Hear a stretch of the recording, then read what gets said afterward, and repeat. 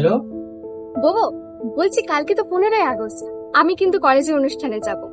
হ্যাঁ, ফেরার সময় একটু রাত হয়ে যেতে পারে, তুমি কিন্তু টেনশন করো না, কেমন? কি? না না, থাক, তোকে যেতে হবে না। কেন বোবো, যাই না আমি, প্লিজ। তুমি কি শুনলে না দুদিন আগে কি ঘটে গেল? কিভাবে ওই ডাক্তারটাকে এত বড় হসপিটালের মধ্যে ধর্ষণ করে হত্যা করা হলো। এত বড় কলকাতার মতো শহরে যদি এরকম ঘটনা ঘটে, তাহলে আমাদের মতো গ্রামে তো এরকম ঘটতেই পারে।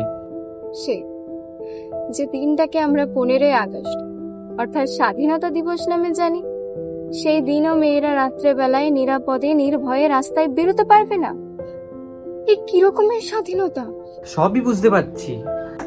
আবার দেখেছি এই ধরনের ঘটনা নাকি দিনের পর দিন ধামাচাপা দেওয়া হয়, অত্যাচারের কোনো শাস্তি হয় না। না না, এইসবের বিচার চাই, এসবের বিচার হতেই হবে। শুধু আমরা না, এগিয়ে আসতে হবে তোমাদেরও, এগিয়ে আসতে হবে আমাদের সবাইকে। আমি তো একা পারবো না এই নির্যাতন থেকে এত নারীকে রক্ষা করতে, কিন্তু হ্যাঁ, তোমরা পারো এই নারী নির্যাতনের বিরুদ্ধে কথা বলতে, প্রত্যেকটা ধর্ষণকারীকে শাস্তি দিতে।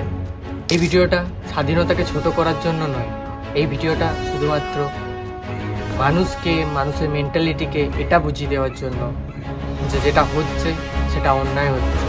এটার বিরুদ্ধে আমাদের তরফ থেকে একটা ছোট্ট পদক্ষেপ।